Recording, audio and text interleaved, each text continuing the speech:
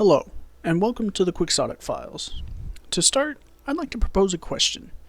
Did GamerGate ever actually end? Well, let's take a look and decide for ourselves. We begin back in 2014. GamerGate erupted, initially focusing on the ethical issues in gaming journalism. It wasn't just about games. It was about trust, corruption, and the integrity of media coverage in the industry that we love. GamerGate emerged from allegations of corruption and conflict of interest within gaming journalism, particularly around the relationships between journalists themselves and game developers. This led to widespread distrust among gamers towards traditional media outlets. The movement highlighted issues like journalists allegedly trading favorable coverage for personal gain or political alignment. This damaged the integrity of gaming journalism as a whole. Now, some argue that GamerGate never truly ended, but rather morphed into a broader cultural dialogue or was absorbed into other ideological conflicts. Conversations on X suggest sentiments like GamerGate never left, it just went into hibernation, or that it directly influenced subsequent political and cultural movements, while others assert that GamerGate died in the early 2015, and those involved simply moved on. However, in recent years there's been a noticeable shift in what gaming journalism focuses on. Many sites started weaving in social and political commentary, which does have its place. It just too often felt out of place for people just looking for game reviews. People felt as if they were being preached at and told what to think and believe. This led to content that feels more about generating clicks and shoehorning in a particular message rather than providing quality insights into games. However, it's not all bad. Enter the heroes of the story: independent content creators. Platforms like YouTube and Twitch and a list of others have allowed gamers to kind of just bypass traditional journalism. These creators offer direct, often unfiltered views on games, focusing on gameplay, community, and their own personal experiences rather than just critiques. They've become the new go-to for gaming content, drawing audiences away from more quote-unquote mainstream journalists.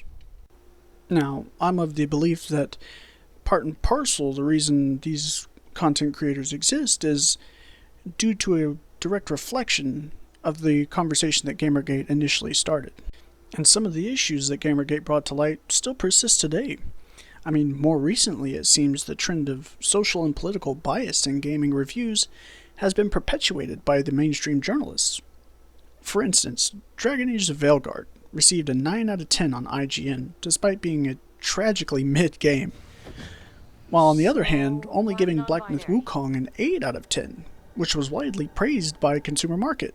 Now, this might just seem small, but I think it's an indication of something increasingly evident within this space. Gaming journalists are just becoming out of touch. I mean, just look at the sales numbers. Black Myth Wukong sold a staggering 20 million copies, while Dragon Age the Veilguard only sold about 1.5. Now, 8 out of 10 is a good score, don't get me wrong, but in no way was Dragon Age better than Black Myth Wukong. And that's coming from a fan of BioWare. Games like Dragon Age and the Mass Effect trilogy shaped my love for video games. Now, correct me if I'm wrong, but I think it's a bit too simplistic to say that GamerGate just ended. I think it sparked ongoing debates and cultural battles within gaming space. Paul continues with something interesting, saying that there is a public war against the games journalists by, in part, the anti-woke crowd who believe that progressive-leaning outlets are going extinct because of allegedly activist takes. And there are also console fanboys who are constantly ripping outlets for allegedly favoring one piece of hardware over another, or lambasting them for inconsistent opinions across dozens of writers who have diverse viewpoints. In short, when you bring up the layoffs and general destruction of the industry, the reaction from gamers is often a disheartening, good, they deserve it. I'm gonna need you to pump the brakes there, Paul. See, I like being able to have access to a variety of different opinions. It gives me the opportunity to be able to contrast my perspective with the perspective of hundreds or thousands of other people, and allows me to be able to distill my opinion down to something that I think is educated and worthwhile.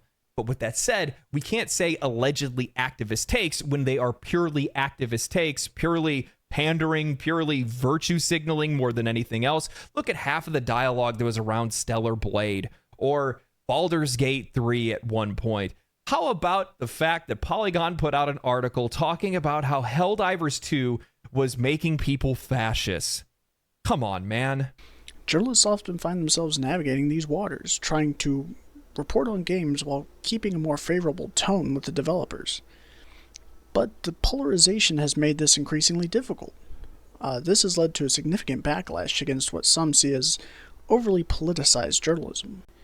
And of course, while some steps have been taken towards more transparency and ethical reporting, the journey is far from over. Issues like pay-for-play, exclusive previews with strings attached, and personal relationships still cloud the industry's waters, leaving an ever-growing divide between gamers and the journalists. So, where does this leave us? With traditional gaming journalism waning, and the rise of independent reviewers, the conversations around video games has never been richer or more diverse, in my opinion. The rise of independent voices has reshaped how we consume and discuss games. While the old guard struggles, the community has found new champions. Remember, the core of gaming journalism should be about celebrating games, informing us about new experiences, and fostering a community. Whether through a blog, a YouTube video, or even a traditional article, the love for gaming keeps the conversation alive. Anyway, thank you for watching. Let me know your thoughts. Did GamerGate fade into obscurity back in 2015? Or has it persisted, just in a different form? Until next time.